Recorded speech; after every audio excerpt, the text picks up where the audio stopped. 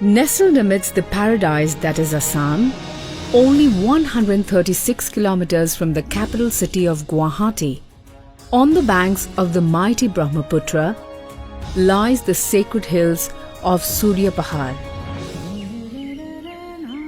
An archaeological wonder, it is a historical site dating back to the reign of King Bhaskar Varman, which has also been documented by Huan Sang on his travels.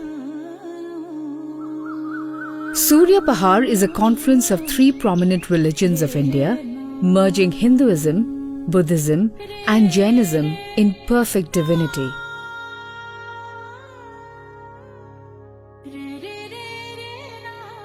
The myriad sculptures and antique relics belonging to different religious beliefs bear testimony to the tolerance and communal harmony of Assam. One of the most astounding sights here is the presence of thousands of ancient stone carvings of Shiva lingas.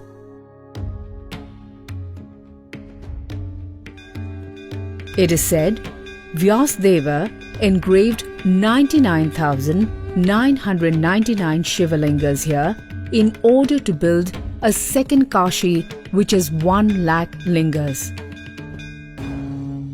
Along with a series of votive Buddhist stupas, sculptures associated with Jain religious beliefs are also found engraved on the rocks and inside caves here.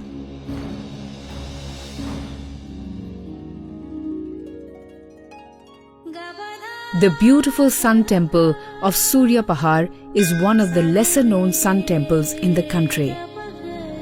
The water inside some of the temples are believed to be the waters of Akash Ganga falling from the locks of Lord Shiva and having medicinal properties with the power to cure certain diseases. Within the temple complex, an ancient water channel approximately 60 kilometers long, known as the Ganesh Kund, is also found.